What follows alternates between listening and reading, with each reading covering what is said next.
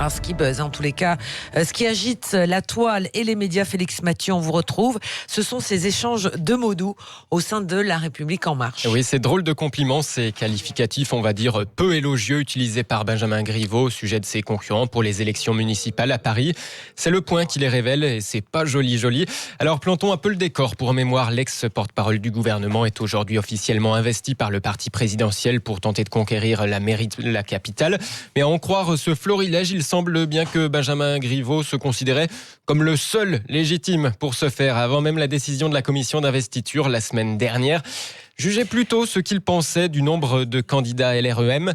Il y a un abruti chaque jour pour dire qu'il veut être maire de Paris. Les municipales, c'est pas la cantonale de Vesoul. Vous croyez quoi qu'on tricote ? Des propos tenus en privé, mais qui sont arrivés jusqu'aux oreilles du point. Et c'est qu'une mise en bouche. Hugues Rançon, c'est un fils de... On le sait depuis le début. Cédric Villani, il n'a pas les épaules, il ne verra pas venir les balles, il va se faire désosser.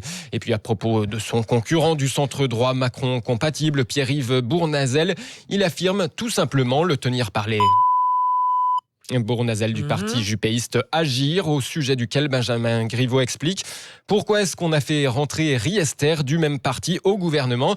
Eh bien pour tenir ses mecs. Alors d'après son entourage, Benjamin Griveaux déplore ses fuites. Il aurait même appelé les candidats en question pour s'excuser de ses propos. Oui, des propos qu'il aurait dit regretter, ce qui veut dire aussi au passage qu'a priori il ne les conteste pas pour autant.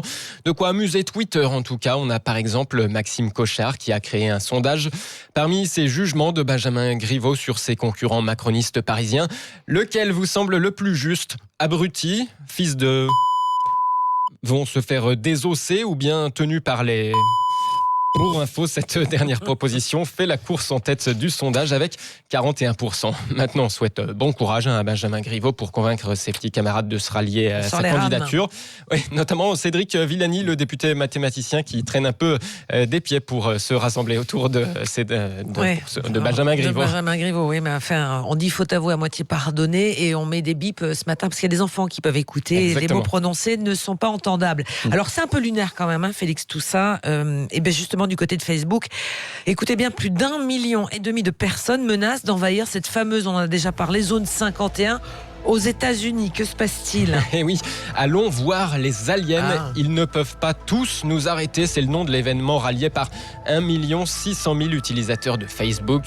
La zone 51, cette aire ultra secrète de 155 km² qui appartient à l'armée de l'air américaine dans le désert du Nevada. On ne sait pas vraiment ce qui s'y fait. Elle alimente tous les fantasmes des chasseurs d'ovnis depuis des décennies. Elle a été créée dans les années 50. Serait-elle un lieu de contact avec les extraterrestres ? Ces derniers sont-ils carrément présents sur place ? Tous ces gens entendent bien le vérifier. L'existence de la zone n'a été reconnue officiellement qu'en 2013 par les autorités américaines. Sa réputation doit aussi à la télé, au cinéma, de X-Files à Independence Day. Des stars se sont même joints au délire parce que cette histoire d'envahir la zone 51, c'est censé être une blague quand même. Sauf que l'armée américaine ne trouve pas ça drôle du tout. Et elle met en garde dans le Washington Post ceux qui seraient tentés de mettre leurs menaces à exécution en envahissant ce qu'elle présente comme un terrain d'entraînement. L'US Air Force est toujours prête à protéger l'Amérique et ses installations. Et oui, ça fait peur. On passe aux unes de la presse où il est notamment question des retraites, évidemment, aujourd'hui. Un sujet explosif selon Le Parisien aujourd'hui en France. Ça fait peur aussi. Le Parisien aujourd'hui en France qui fait sa une dessus. Après 18 mois de concertation, Jean-Paul Delevoye remet ses propositions.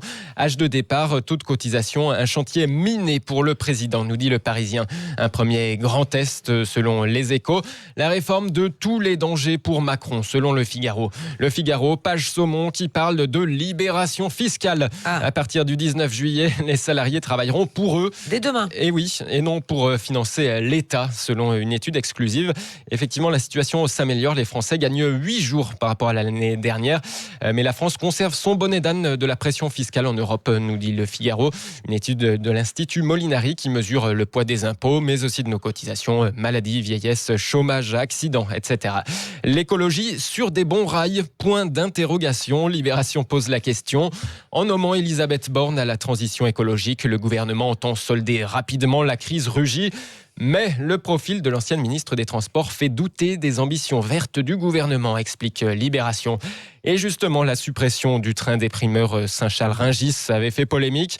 Il sera remis sur les rails à partir de novembre, au moins pour un an. C'est en une de l'Indépendant. Oui, avec un petit bémol, pardonnez-moi, c'est que on ne sait pas trop, alors qu'on avait promis que ce train continuera à fonctionner. C'est mon dada, pardonnez-moi, mais ce train permettrait de fonctionner, d'amener donc les fruits à Rungis directement.